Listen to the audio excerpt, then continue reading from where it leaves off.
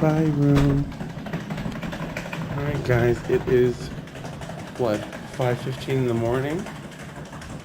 Exactly 5:15 in the morning.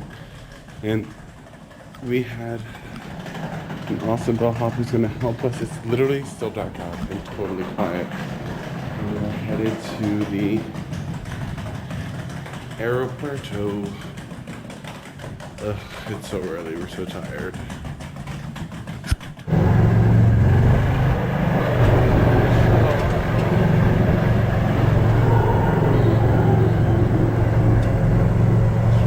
Guys, that's an hour monkey.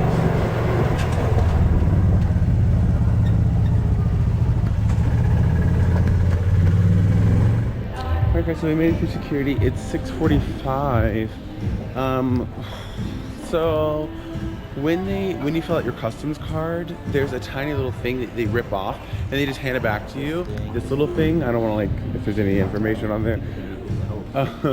But so like it was just a little piece of paper. She's a Kier, and I threw mine away because it was, I've never needed a piece of paper to get back into the country. I have my passport. Well, that cost me $35. So if you do come into Mexico, you have to keep that paper and keep it somewhere safe and then bring it back with you.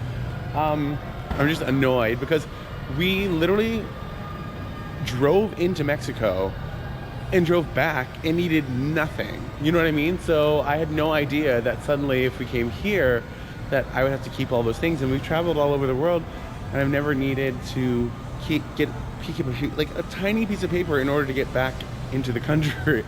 Normally your passport does that. That's why you pay so much money for it. So, can't cry over spilled milk. But just so you guys don't make that mistake, don't throw away the tiny piece of paper.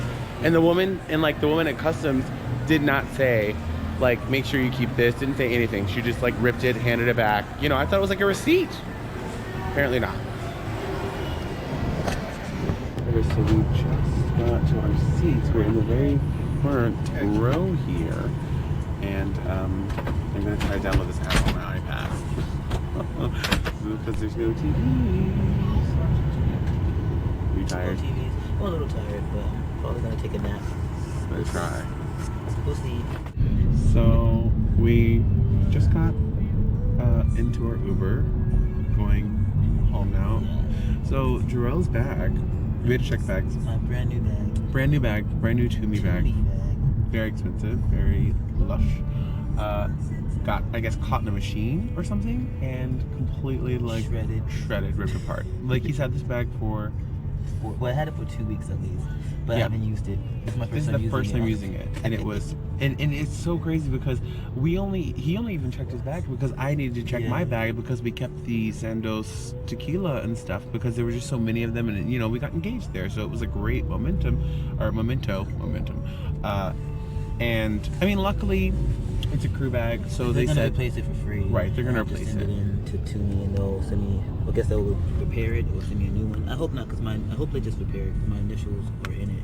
Yeah. On the bag now, but we'll see. It's probably non-repairable. Probably just gonna it give looks me a new one. Ridiculous. Yeah, it's horrible. I took pictures. Yeah. So maybe we can insert them. Yeah.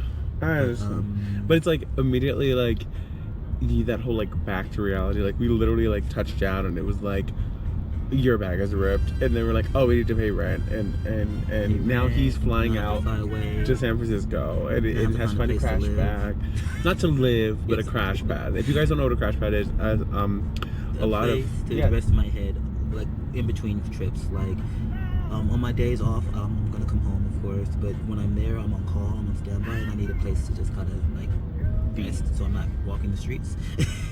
So it's called a crash pad. So because you crashed there. United has hired so many flight attendants where all the crash pads are being taken up like that, so it's hard to find one. So I'll have to look for one. He's leaving to fly away there now, and he's going to be there for a week in a hotel to figure out everything. Yeah. So.